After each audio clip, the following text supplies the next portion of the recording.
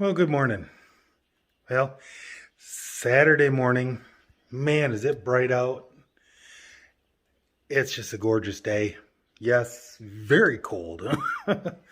But here's our project for, well, as you know, we're going to be doing all kinds of decals, and we're going to be putting antennas and radios and stuff in the car. We have had it detailed, as you'll see in our previous video. But today the project is to get our antennas on. Now this is going to be a little bit of time because they have caulked a lot of these. Now I'll show you just a quick and easy one here. Now we'll see how well we can do this one-handed. What a lot of people don't realize is a lot of these goop marks that are here. Let's see if we can focus on that. Really don't take too much. There we go. Underneath this is nothing more than a rubber plug.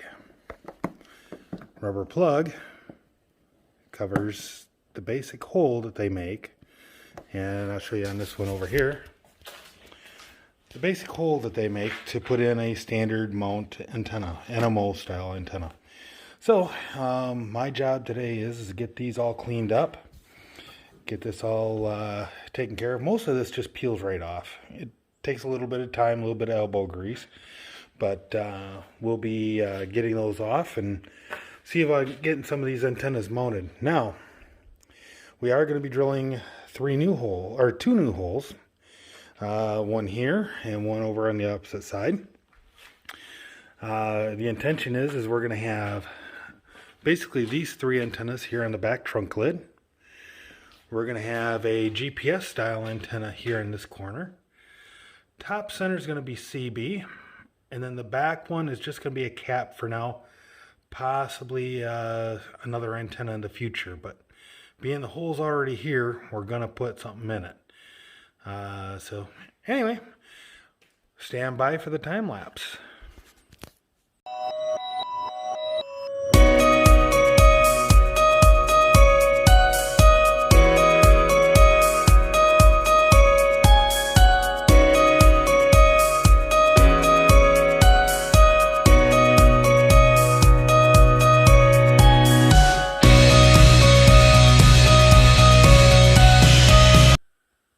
Right. Well, now you see well, the finished product at this point. One thing I did notice is this used to be or the hole that was here before was actually meant for a data antenna. It actually had a secondary hole. So definitely glad I went with the old GPS antenna. Doesn't work, but really is meant for looks, not for practicality.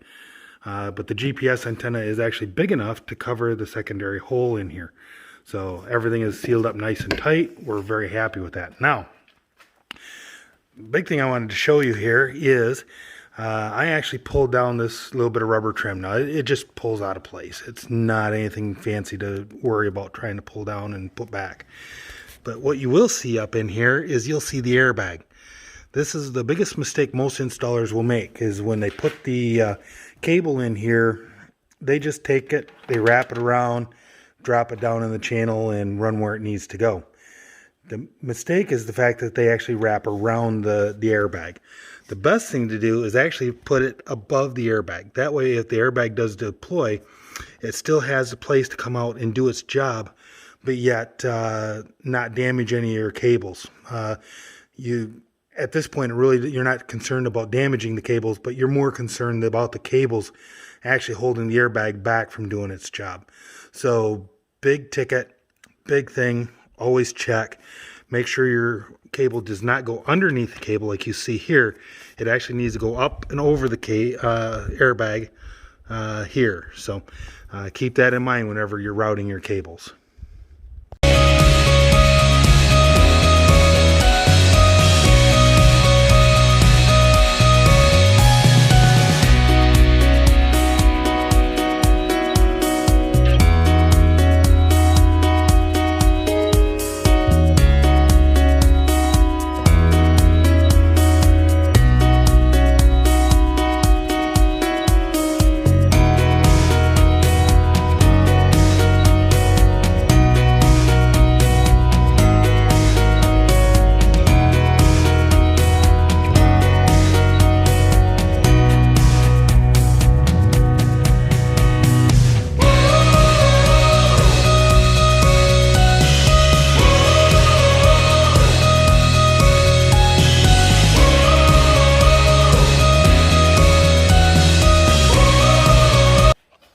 Okay, as you see, it doesn't take too long to pop these in, and biggest thing I got to do now is I got to run it through the car wash, get all this garbage off of it, and we'll show you what that looks like once we're all said and done, getting all these caps and excess caulk and stuff out of the way.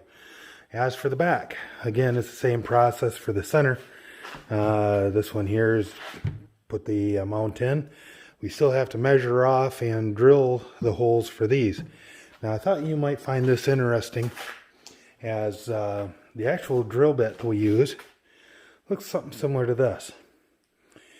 It's actually designed to cut the hole the perfect size, and it's meant to go through the roof of the car or the trunk of the car so that that actually doesn't hit the headliner or damage anything inside. So really neat tool. So you'll see that here when I drill these new holes.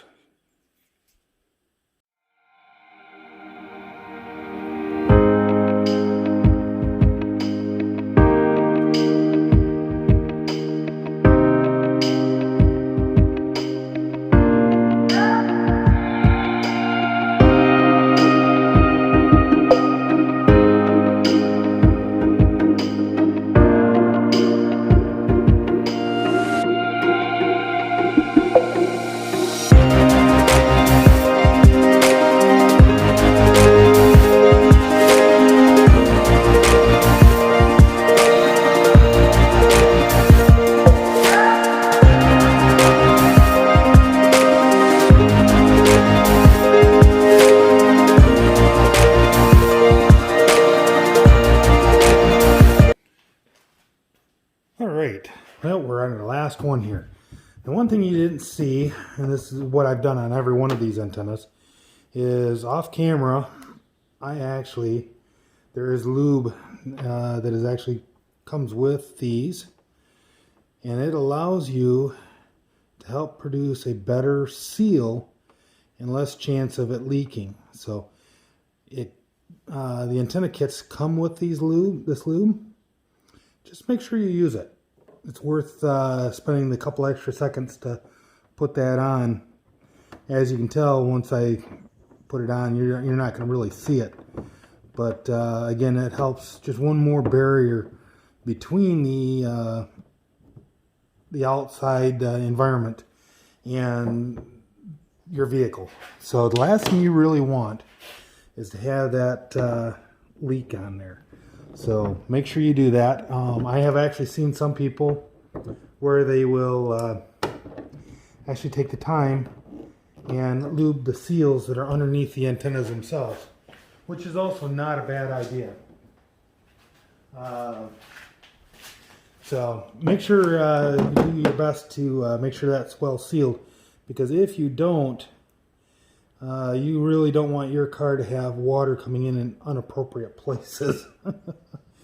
So, needless to say, and this is just a weather cap.